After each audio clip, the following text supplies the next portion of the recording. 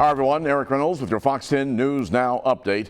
3 arrests have been made in the vandalism of 5 high schools in Baldwin County. Police said that the remaining 2 suspects are supposed to turn themselves in today.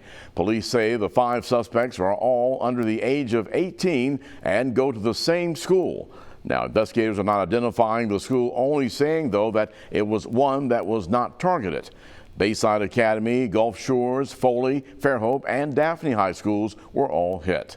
Investigators hope that those involved will learn from this. As a juvenile, you do have that opportunity to change your life.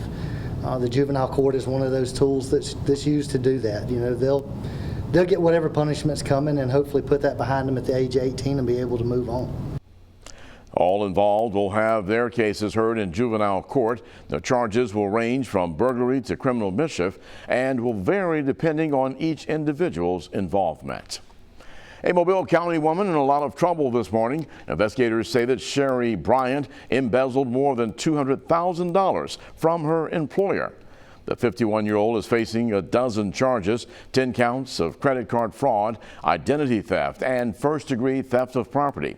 Bryant is accused of using credit cards that belong to her employer, Steiner Construction Company Incorporated. Steiner builds and repairs boats in the bayou. Now, according to court documents, Bryant was released on a $10,000 bond.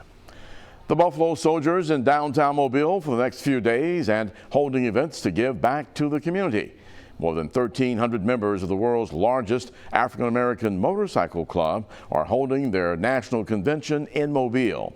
Members are hoping to leave their mark on the Gulf Coast in the best way possible.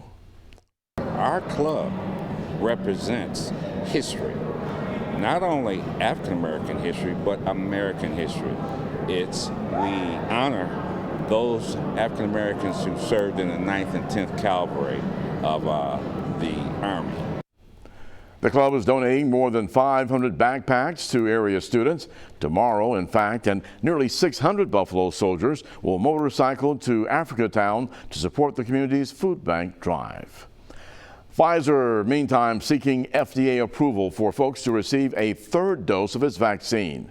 Even as government officials say that a booster shot is not necessary, Pfizer's announcement comes after Israel reported a decrease in the vaccine's efficacy from more than 90% to about 64%.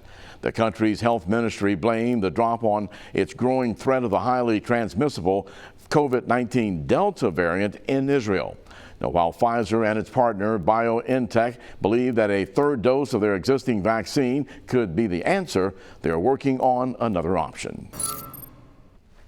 I'm meteorologist Michael White with your Fox 10 Storm Tracker report. You can see plenty of rain across the area, primarily inland up near US 84 for Washington, Clark, Monroe, Conecuh counties, and Escambia County, Alabama. Most of this rain all light to moderate, but you know the deal. Torrential downpours and thunderstorms can easily start popping in as the day progresses, mostly in the afternoon, but you're going to want the rain gear close by in case one of these showers finds you. Now, as far as the sky condition, going to be a little cloudier than it was yesterday. So yesterday we flirted with 90 degrees. I think we throttled that down a little bit this afternoon, but then by the weekend, the rain chances will start to decline and we'll start to see the heat levels cranking up. So if you're looking to get rain soaked one more day, it looks like this will be the day to see that happen. And then we go drier for Saturday and Sunday.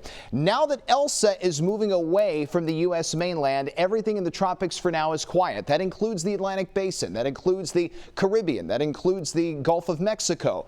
We all know it's not going to stay that way, though, because we still have a ways to go before the season's over. The peak of the season doesn't even start until August. So here are your weather headlines for this Friday. Now, it's very humid this morning. We are expecting storms to be likely as we progress in throughout the course of the day, and then during the weekend, muggy with even more storms possible. So let's go through the future cast. We run the clock forward. Notice that we start to see more showers and storms blossoming up in the afternoon, primarily north of Interstate 10. These are the ones that can produce the really heavy rain and lightning and follow the creed when thunder roars, go indoors. 4 o'clock, we still see these things firing off, but during the evening, we will start to see less and less and less, but a few showers still possible even as late as 9 or 10, and then overnight we should be mostly rain-free, and that carries over into your Saturday morning. So here's how the next 7 days stack up. 40 to 60% coverage of rain rain and storms today and tomorrow, then drier as we head in toward the beginning of next week. Highs will be in the upper 80s to low 90s. Mornings consistently stay in the mid to low 70s. We'll talk much more weather throughout the day right here on Fox 10 News Now.